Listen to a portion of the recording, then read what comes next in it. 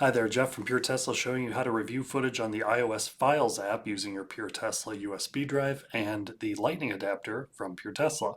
You're going to search for the Files app. You can do that through Spotlight search on your iPhone, type in Files and tap the app icon. You're going to get to a blank screen potentially. Tap Browse in the lower right corner until you find the Pure Tesla drive. Tap that and then tap TeslaCam. It'll load 3 folders, choose which one you want to review footage from, and a list of folders will show up. Each one is a different event, and note that times are in UTC. Tap the event you want to view, and then you will be able to scroll through the footage that's associated with that event.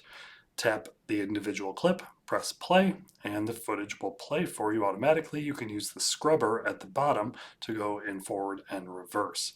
If you want to share the clip, you can tap the share icon. Messages works for sending it as a text message like you normally would, and you can also save the clip to your camera roll by tapping Save Video.